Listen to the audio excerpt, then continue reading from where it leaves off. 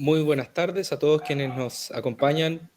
Soy el doctor Juan Andrés Navarro, oncopulmonar infantil del Hospital Dr. Hernán Enríquez Aravena, y les damos la bienvenida a este octavo capítulo de la quinta temporada de Doctores en Línea. Doctores en Línea es un programa de UFROvisión que se genera gracias a una alianza estratégica entre nuestro hospital, Dr. Hernán Enríquez Aravena, y la Facultad de Medicina de la Universidad de la Frontera, con la finalidad de educar a la población en un lenguaje sencillo sobre temas de salud pública. Es emitido para Temuco y Padre Las Casas en señal abierta desde Concepción a Coyhaique en el canal 48 de Telefónica del Sur y a través de todas las plataformas digitales de Ufromedios.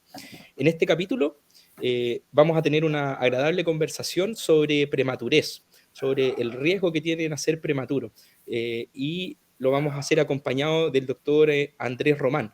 El doctor Román es neonatólogo y jefe de la neonatología del Hospital Dr. Hernán Enríquez Aravena, a quien saludamos en esta tarde. Doctor Román, ¿cómo está? Hola Juan Andrés, ¿qué tal? Buenas noches. Muchas gracias por la invitación. Así podemos dar a conocer parte importante de lo que significa nuestro trabajo con los prematuros en el servicio. Doctor, entremos directo en materia. ¿Qué es nacer prematuro? ¿Qué se considera un niño que nace prematuro? Claro, se sabe el embarazo de término equivale a las 40 semanas. Esos son los 9 meses que todos conocen. Pero el niño ya está maduro, digamos, a las 37 semanas, entonces se considera por definición que a las 37 semanas hacia adelante ya es un embarazo de término. Así que los prematuros corresponden a los de menos de 37 semanas, o sea, de 36 semanas hacia abajo. Y hacia abajo es hasta la viabilidad, o sea, hasta las 23 semanas, porque antes de eso el parto que ocurre en menos de 22 semanas o menos, eso ya corresponde a un aborto, entonces no hay viabilidad. Así que en el fondo los prematuros son entre las 23 y las 36 semanas. O sea, es súper precoz, ¿cierto? Pero en todo esto, doctor, yo me imagino, no es lo mismo nacer a las 23, 24 semanas que a las 30 o a las 35, 36. ¿Hay distintos grados de prematurez? Claro, existen distintos tipos de prematurez, entonces uno habla de los prematuros de muy bajo peso cuando se refiere a los prematuros de menos de 1500 gramos al nacer o menos de 32 semanas. Hay prematuros de bajo peso extremo, que son los de menos de 1000 o menos de 28 semanas. Y existe otro grupo de prematuros moderados, que son entre las 32 y las 34, y los prematuros tardíos, que son entre las 34 y las 36. Por supuesto que mientras más inmaduro es el niño al momento de nacer, más riesgos tiene de menos sobrevida, digamos, y de sobrevivir con secuelas. Así que cada día que se gana en el embarazo va disminuyendo significativamente o va mejorando las posibilidades de sobrevida y de la sobrevida sin secuelas. Claro, probablemente para la gente que nos escucha y que quizá no está muy interiorizado, le debe llamar mucho la atención lo que significa que un recién nacido pese menos de 1 kilo, ¿cierto? Y es algo probablemente con la que en la unidad de neonatología es prácticamente el día a día lidiar con prematuros que pueden llegar a ser de muy, muy bajo peso, 500, 600, 700 gramos. Doctor, eh, pero llevándolo un poco a la realidad, ¿cierto? ¿Qué tan frecuente es nacer prematuro? Claro, más o menos del total de embarazos, un 10% nace prematuramente. ¿Ya? Así que de 10 madres, por ejemplo, 9 tienen su parto de término y 1 va a nacer prematuro. Eh, Así que de los prematuros extremos, en cambio, es más o menos el 10% de los prematuros. Entonces, si uno calcula, eh, más o menos sería el 1% del total de embarazos son prematuros de bajo peso al nacer, de muy bajo peso, o sea, niños de menos de 32 semanas, menos de 1500 gramos. Pero en total, la prematura es un 10%, si uno considera que en la región nacen alrededor de, bueno, las estadísticas como antiguas, del DEIS no está muy actualizado, pero en la región eran más o menos 1 millón de habitantes y 12.000 partos en la región.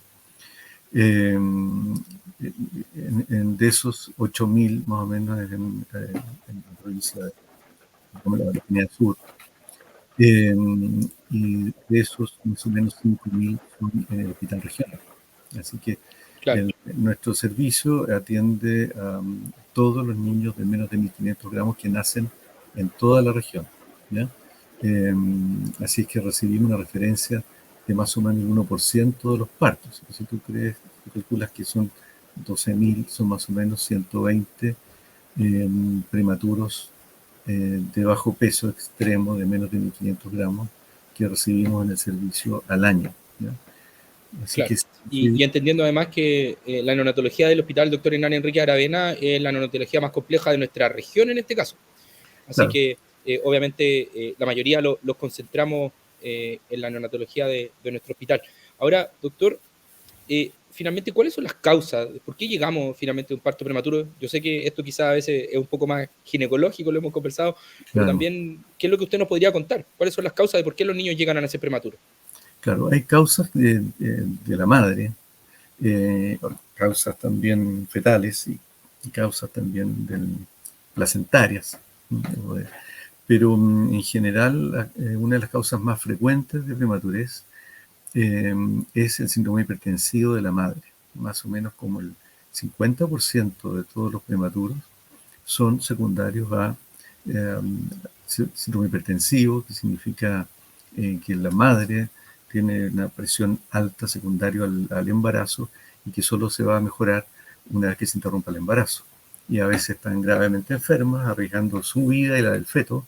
Entonces, obviamente ese embarazo hay que interrumpir. Otras veces son eh, causas fetales, por ejemplo, restricción de crecimiento intrauterino, que son bastante también cada vez más frecuentes. Significa que el niño no crece, no se oxigena bien in útero y tiene riesgo de morir in útero. Entonces también ahí el control obstétrico va determinando en qué momento ya la situación es crítica en el feto y también se interrumpe por esa razón, para salvarle la vida y que no muera inútil. Y también hay otras causas como la rotura prematura de membranas, infecciones, malformaciones uterinas que impiden que el parto llegue al término, digamos, el embarazo llegue al término porque no hay espacio, embarazos gemelares también, o múltiples, si son Mm. dobles o triples, no hay espacio para tanto niño, entonces, Mm. Claro, obviamente, no todos los gemelos nacen antes, pero es muy no, frecuente que pero puedan nacer antes. es mucho más frecuente que nazcan prematuramente cuando hay embarazos gemelares. ¿No? Y bueno, los trillizos, con mayor Mm. razón, ¿no? Sí. Casi no llegan a las 30 semanas. Así que mientras más niños sea múltiple, digamos, el embarazo, más riesgo de prematurez también tiene. ¿No? Esas son como las Mm. causas más Sí, frecuentes. doctor, y finalmente, pensando un poco en los riesgos que significa, ¿cierto? Yo hoy en día me toca ver a mí en la parte respiratoria hartas complicaciones de la prematurez, pero esto también va mucho más allá de lo respiratorio. Las complicaciones son sistémicas en todo nivel. ¿Usted nos podría contar más o menos cuáles son los riesgos finalmente que tiene un recién nacido que nace prematuro?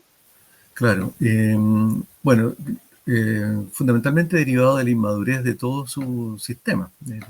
Así que todo, el pulmón, el corazón, los ojos, los oídos, el intestino, la médula ósea en general, todo el organismo se afecta por la inmadurez. Por supuesto que mucho más en los prematuros extremos, ¿ya? Que en los prematuros más grandes. Así que si uno piensa en el grupo de prematuro extremo, son los que tienen mayor riesgo de alguna secuela severa. Eso se da en este grupo de pacientes más o menos en un 20%. O sea, de todas maneras uno tiene que pensar de que en el grupo de bajo peso extremo eh, hay un 80% que sobrevive bien y sin secuelas mayores, ¿ya? Secuelas mayores uno se refiere a la displasia broncopulmonar, que esta secuela pulmonar que hace el niño dependiente de oxígeno los primeros días de vida y que deja un pulmón que se va a comportar como como si fuera un asmático, digamos. Así, Un pulmón crónico. un Sí, pulmón niños que crónico. tienen mucho más riesgo de rehospitalizarse. Claro. A veces nos demoramos un poquito en quitarle el oxígeno. Otra secuela de las secuelas graves, digamos, la retinopatía del prematuro, que antes dejaba niños ciegos, ahora afortunadamente gracias a la vigilancia y el tratamiento solamente se traduce en algún compromiso de la agudeza visual. En la mayoría de los casos es raro tener ceguera ya por prematurez a esta altura del desarrollo de la neonatología. También la hipoacusia. eh, La que, sordera. claro que ya prácticamente tampoco tenemos niños sordos, pero sí algún grado de hipoacusia. ¿Ya? No es todo o nada, sino que Claro. hay grados intermedios que también pueden tener y que hacen que el niño requiera audífono o algún tipo de rehabilitación auditiva. Mm. Así que a eso se refiere. Hay otras complicaciones que no son tan graves y que en realidad hay secuelas neurológicas, hay secuelas en el neurodesarrollo. Bueno, claro, algunas de esas neurológicas son graves. Si el niño hace hemorragias intracraneanas severas, también pueden quedar con algún compromiso del neurodesarrollo. Así que Mm. esas son en general las complicaciones graves. Doctor, claro. Y pensando en todas estas complicaciones, ¿cierto? Finalmente uno piensa en que todos los prematuros van a requerir hospitalizarse en un inicio, por ejemplo, o cuáles son ahí de los pacientes que ustedes reciben en la neonatología del Hospital Regional. Claro, de los prematuros extremos, los menos de 1500, esos todos se hospitalizan y como Ya, decíamos anteriormente, la UCI neonatal nuestra es la única UCI de toda la región. Así que recibimos la referencia de prematuros del total de partos de la región. Pero los prematuros más grandes, los prematuros tardíos o los prematuros moderados, no siempre se hospitalizan. Los moderados siempre, en general de 34, de 32 a 34 semanas, también se hospitalizan, pero también podrían manejarse en hospitales nodos, si sus domicilios son allá o en Araucanía Norte. Eh, y los prematuros tardíos, digamos entre 34 y 36 semanas, no todos se hospitalizan. Hay algunos que están ahí en el límite, entonces uno ve si son capaces de termorregular, si son capaces de regular la glicemia, si son capaces de succionar y alimentarse, entonces pueden quedar con su madre y nosotros lo vigilamos estrictamente, pero no todos se claro, hospitalizan. ¿Ya? claro. Finalmente los niños que se hospitalizan efectivamente a veces, claro, no logran alimentarse. Esos son como los motivos finalmente que uno debe asegurar para que un niño pueda estar con su mamá o para que pueda tomar bien pecho, ¿cierto? Claro, así que Eso un a veces es lo que prematuro, demora un poco en los prematuros. exacto, así que los prematuros moderados o tardíos, los que se hospitalizan habitualmente son ese tipo de inconvenientes que requieren hospitalización hasta que madure su termorregulación y sean capaces de alimentarse sin necesidad de alguna sonda. Así que Mm, esas son, digamos, las razones fundamentales de utilización de ese grupo de pacientes mm, prematuros más grandes, digamos. claro, claro. Doctor, y usted nos habló un poco de algunas cosas sobre cómo lo que podía pasar con los prematuros como a largo plazo, pero los prematuros pueden quedar efectivamente con algún grado de secuelas. Claro, eso fundamentalmente son para los prematuros de bajo peso extremo. Entonces, la secuela neurológica es uno de los elementos importantes y tenemos la posibilidad de intervenir. En, hay muchos cuidados que uno puede realizar con los niños de manera de reducir el impacto que tiene la prematurez en el neurodesarrollo. Y en ese sentido, en el servicio tenemos un equipo multidisciplinario de fonoaudiólogos, terapeutas, kinesiólogos, que nos ayudan en esto de la rehabilitación ya desde el intrahospitalario para evitar entonces el impacto que podría tener la prematurez en el neurodesarrollo. Tenemos un equipo de neurólogas infantiles, una de ellas capacitándose en el extranjero para tener la subespecialidad de neurología neonatal, y hemos comprado equipos igual para vigilar el cerebro y la protección del neurodesarrollo. Así que esa es una secuela que tenemos que prevenir, que no solo se trata de que salvemos la vida de los niños, sino que también los salvemos con calidad de vida. Mm, sí, de todas maneras. Eso es como por el lado neurológico, por el lado respiratorio. Hay niños que a veces siguen con muchas secuelas también También, respiratorias. Bueno, usted mencionaba también auditiva, eh, desde el punto de vista visual, y incluso como en el largo plazo, uno sabe que los prematuros, como que siempre eso va a ser un factor de riesgo, el hecho de haber nacido prematuro, incluso como para cosas como que uno no pensaría, como el tema de mayor riesgo de infarto al corazón, mayor riesgo de otras cosas, como en el largo plazo. claro. Sí, bueno, de hecho, yo te contaba de los prematuros extremos, lo que dan estas secuelas como más graves que hemos estado conversando recién. Pero los prematuros más grandes, en número, son mucho más. O sea, del total de prematurez, el 90% son prematuros moderados y tardíos, que tienen más riesgo de morbilidad respiratoria, es un número, un N mucho mayor. Entonces, es una causa importante de consulta en servicios de urgencia, de rehospitalización por patología respiratoria, de problemas de nutrición, de alimentación. Así que es un grupo grande en número, sin secuelas graves, pero sí con morbilidad y rehospitalizaciones frecuentes. Así que es también un elemento a considerar. Claro, claro. Sobre todo ahora, por ejemplo, considerando todo el pic de infecciones respiratorias, por ejemplo, que estamos atravesando, Claro, el grupo de prematuros siempre es un grupo al que uno le tiene mucho respeto, ¿cierto? En el sentido de que son pacientes que se pueden complicar mucho más rápido, que se pueden complicar y de más gravedad, no solo más frecuente, sino que más grave. Doctor, tengo una pregunta en relación con algo que es bien importante y es una forma de cómo nuestro sistema de salud, ¿cierto?, ha abordado las enfermedades, que tiene que ver, por ejemplo, con la garantía GES. ¿Eso aplica para los prematuros? ¿Es GES nacer prematuro, por ejemplo? claro, el manejo del trabajo de parto prematuro es GES, ¿ya? Ya, Pero no la prematurez en sí, ¿ya? El niño prematuro sí, la garantía GES incluye las secuelas de la prematurez, o sea, la displasia oncopulmonar, la retinopatía del prematuro y la hipoacusia neurosensorial. ¿Ya? Esas tres patologías sí son GES y hay garantía de atención para esas tres patologías. ¿Mm? Pero no la prematurez en sí. ¿Mm? ya. Perfecto. Doctor, por ejemplo, pensando en todas estas cosas que usted nos contaba, ¿cierto? De los riesgos de las distintas complicaciones, ¿cierto? En los distintos sistemas, los niños cuando logran irse de alta del aneo, que uno ve este recién nacido prematuro extremo, ¿cierto? Que atravesó las distintas etapas en la neonatología, fue avanzando hasta que al final uno ya llega casi como a la titulación del prematuro cuando se va a su casa. Eh, ¿Cómo es el acompañamiento después de estos pacientes? ¿Quedan en controles? Eh, ¿Hasta cuándo? ¿Usted nos podría contar un poquito de eso? Claro, existe un programa de seguimiento del prematuro que está orientado al programa de seguimiento del prematuro extremo, ¿ya? O sea, a todos los niños menores de 1500 gramos o menos de 32 semanas al nacer.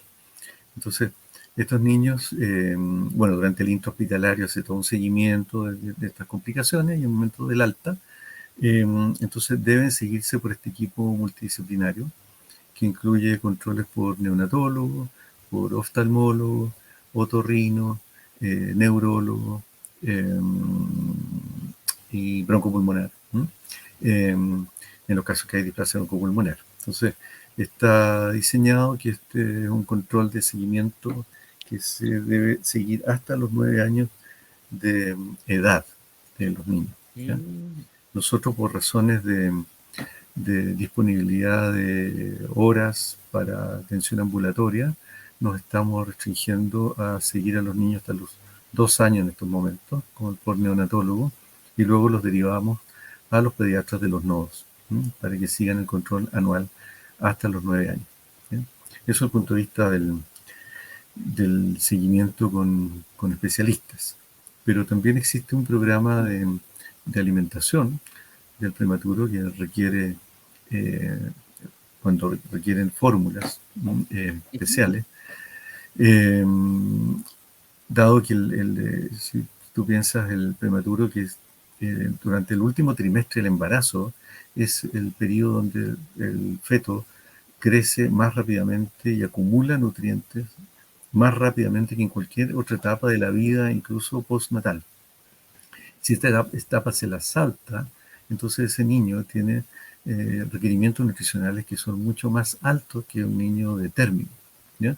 Claro. Y en ese sentido existe un programa del PENAC prematuro, donde puede el niño prematuro que requiera suplementación con fórmula, se le entregan fórmulas para prematuros durante el primer año de vida. Y fórmulas de continuación para el fórmula de prematuro primer semestre, continuación al segundo semestre. Y si es clásico, la fórmula de prematuro durante todo el primer año de vida. Doctor, y cuando están en el hospital, los prematuros también reciben leches especiales, me imagino.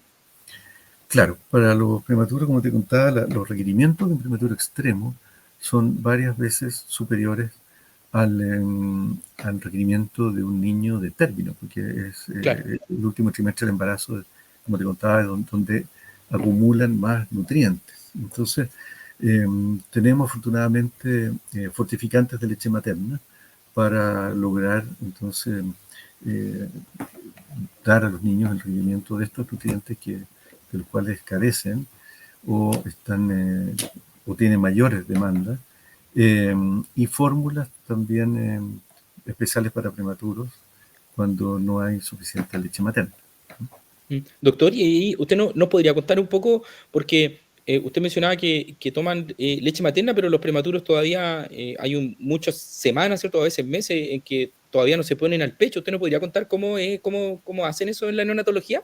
Claro, es muy importante que reciban leche materna.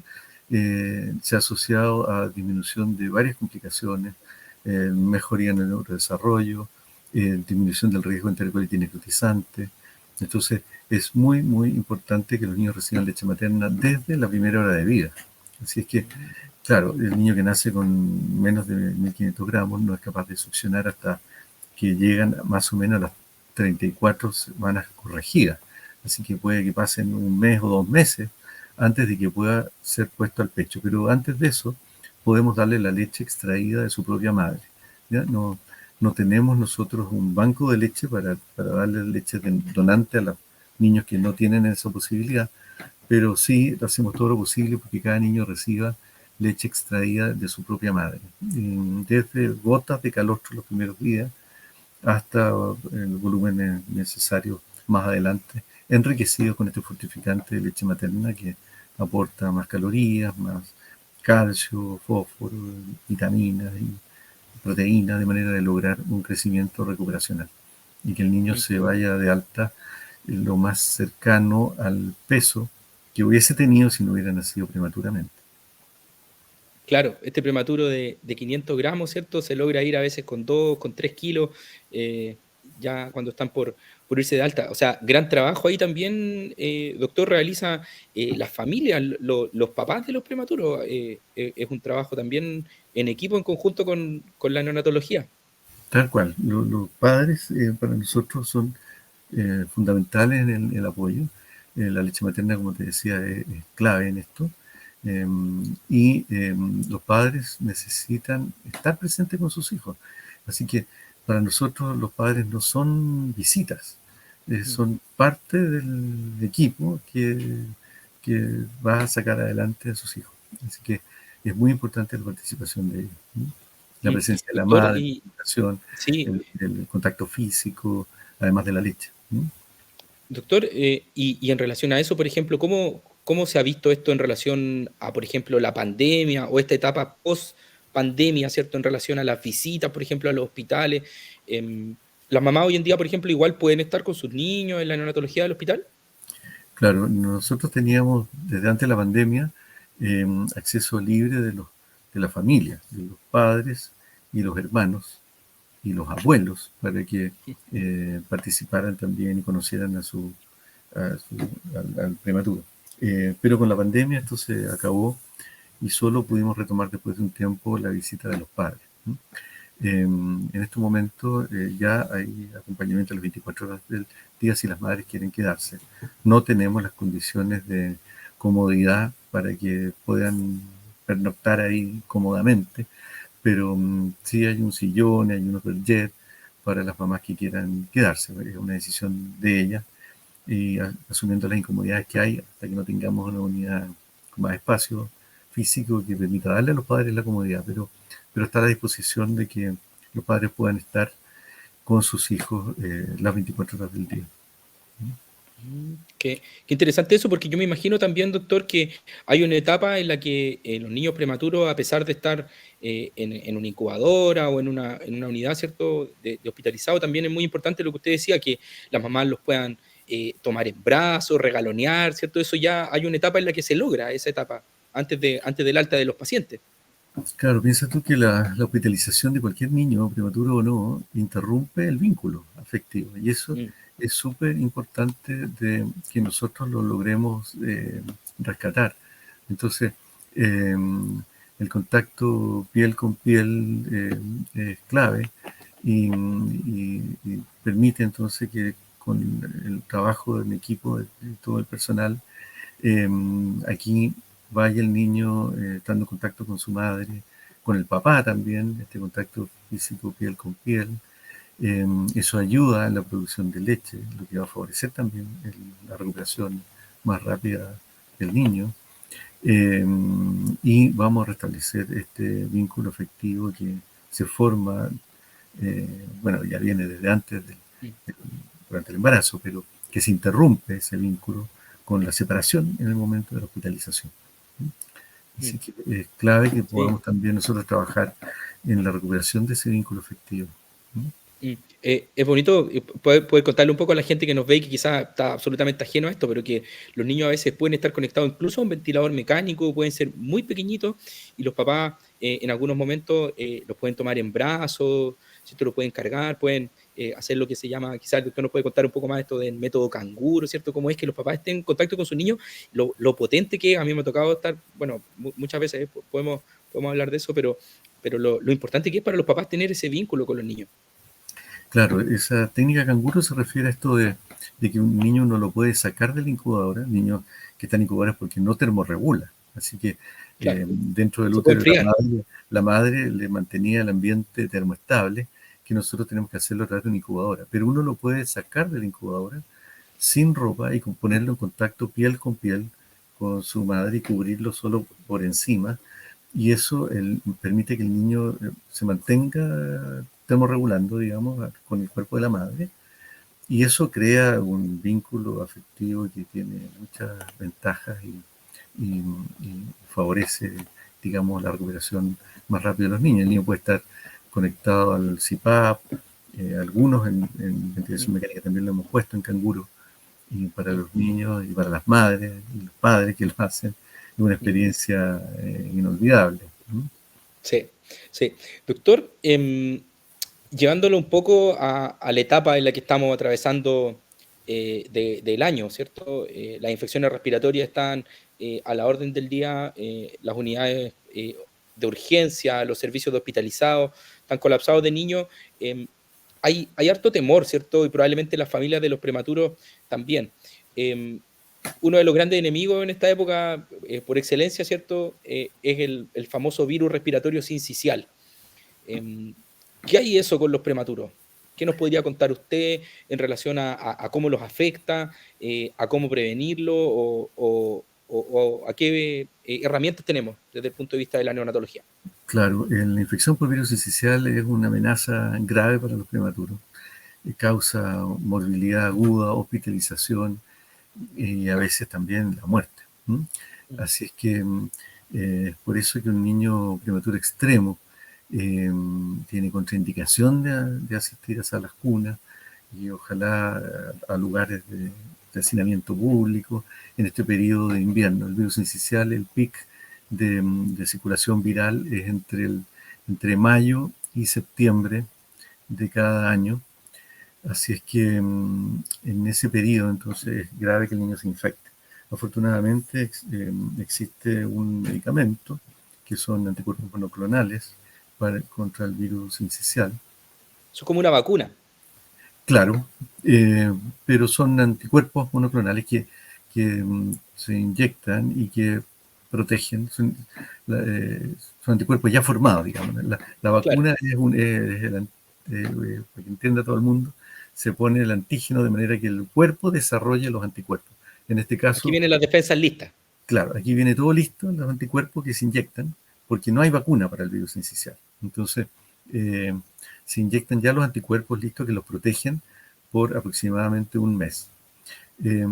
Ese medicamento, que es el palivizumab, es extremadamente caro. eh, para que sepan más o menos, alrededor de 1,5 millones la ampolla. Claro. Y los niños hay que colocarle una dosis mensual entre mayo y septiembre para protegerlos de la infección por virus sincicial. Y a pesar de que uno pueda pensar de que es tan caro, esto está estudiado y es costo efectivo. ¿Ya? O sea, la hospitalización de un niño con una bronquiolitis grave ya supera los costos de la prevención lejos.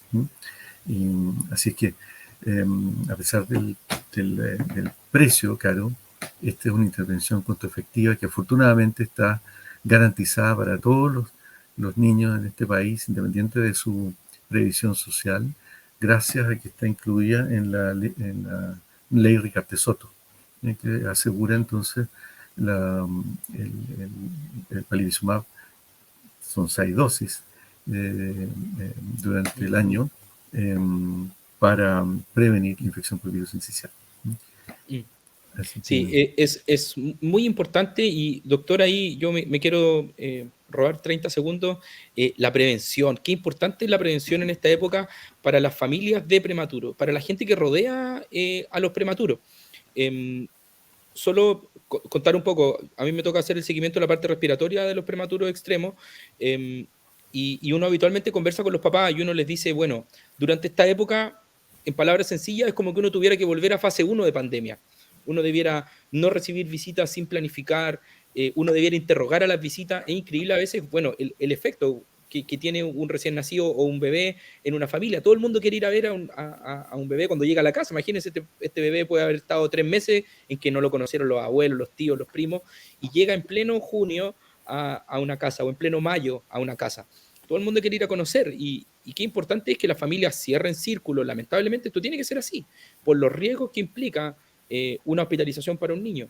Y obviamente un niño prematuro no puede andar en el supermercado, no puede andar en el mall, no puede andar en cumpleaños, durante sobre todo los 2 primeros años. Ahora, ahí hay un tema, doctor, que quizá todavía es una deuda que tenemos como país, porque uno recomienda que los niños no vayan a la cuna hasta los 2 años, y la ley no nos permite entregarle, por ejemplo, licencia a los papás. sí, afortunadamente acá en la Araucanía Sur hemos podido dar licencia médica a las madres hasta el año, porque como la licencia que hacemos los pediatras son por enfermedad grave del hijo menor de un año, en el caso de lo prematuro extremo, eh, sí se nos permite darle licencia el primer año de vida a estas madres. Sí, sí. Doctor, ¿usted nos podría contar un poco cómo es nuestra neonatología como en comparación con lo que hay en otras ciudades, con lo que hay, no sé, en Santiago? ¿Cómo es con qué contamos nosotros acá en la región? Claro, nuestro servicio de neonatología es uno de los más grandes del país. Creo que la UCI es la más grande porque tenemos 16 cupos de intensivo, que creo que en el resto del país la unidad más grande tiene 15. Pero las unidades grandes son las que tienen alrededor de 48, 50 pacientes de hospitalización. Nuestro servicio tenemos 16 cupos de intensivo y 32 de intermedios, que suman 48 cupos totales. Y es de las más grandes del país. Y está muy bien equipada. Afortunadamente hemos logrado a través de muchos años. El desarrollo de la neonatología tiene una historia de 20 años en que hay toda una trayectoria de doctores, la doctora Montesino, la doctora Belmar, que contribuyeron al desarrollo de la neonatología hasta llegar a lo que tenemos hoy, que es una unidad moderna, muy bien equipada y con prestaciones que hemos ido logrando como el óxido nítrico. Somos centro de derivación también para el retinopatía del prematuro para el resto del sur. para óxido nítrico también en el sur. Así es que somos una unidad bien equipada y que podemos ofrecerle eh, las mejores posibilidades a los niños prematuros de nuestra región. Y destacar no solo en el equipamiento, que de por sí es muy bueno, sino también en el equipamiento humano. Los médicos, las enfermeras, las matronas, el equipo que rodea, los técnicos, ¿cierto? Hay todo un equipo humano que rodea la neonatología. Hay mucha magia, mucha mística en la unidad. A mí me encanta ir a la neo. Es un lugar al Claro, que le tengo mucho cariño. es un equipo humano también muy especializado en un trabajo bien de detalles que, bueno, depende de todo un equipo multidisciplinario que trabajamos ahí. Entonces, que incluye todo el mundo de distintas disciplinas que Mm. finalmente. Y desde lo técnico también, o sea, de lo muy hábil que hay que hacer para trabajar con pacientes tan de riesgo, pero también desde lo humano, o sea, desde lo que es trabajar con bebés, o sea, lo que uno ve ahí, que obvio, hay un trabajo muy técnico, pero también hay un vínculo muy potente, por ejemplo, con la familia, porque uno está hablando de una hospitalización, como usted lo decía, doctor, que puede durar 2, 3 meses, a veces incluso más. El vínculo que se genera entre el personal y las mamás, por ejemplo, o entre el personal y los niños. Es así como no es infrecuente que ahora ya en pandemia menos, pero a mí me tocó muchas veces ver como los niños ya grandes iban a visitar la neonatología. Claro, nos pasa a veces que las mamás traen a los niños a conocer dónde estuvieron cuando fueron prematuros. Así es que, bueno, y eso es muy bonito también, la retroalimentación que uno recibe en esta celebración del Día del Prematuro que hacíamos antes de la pandemia y que después se interrumpió, donde una vez al año llegaban todos los prematuros egresados de nuestro servicio y llegaban las mamás a saludar a los doctores que lo atendieron y al personal y a la asistencia, a las enfermeras, matronas, todo el mundo que lo atendió con mucho agradecimiento y uno ve que la mayoría de esos niños están bien, tan sanos, tan grandes y pese a haber sido muy chiquititos al momento de nacer y eso también motiva y dan ganas de seguir, digamos, como que uno es una inyección de mística cada vez que uno se Mm. encuentra con los prematuros grandes ahí en ese encuentro y también uno se encuentra casualmente en la calle, supermercado, niños de 12, 15 años y la mamá dice, doctor, él pesó 800 gramos más. Claro. Mm. Así que Sí, eso es muy cierto, porque claro, toda la etapa más crítica a veces durante los primeros años, eh, cuando uno ya le toca controlar en el policlínico, de repente niño de 3 de 4 años, uno le dice, ¿de verdad pesó 500 gramos? claro. Así que Mm, eso es muy motivante también. mm.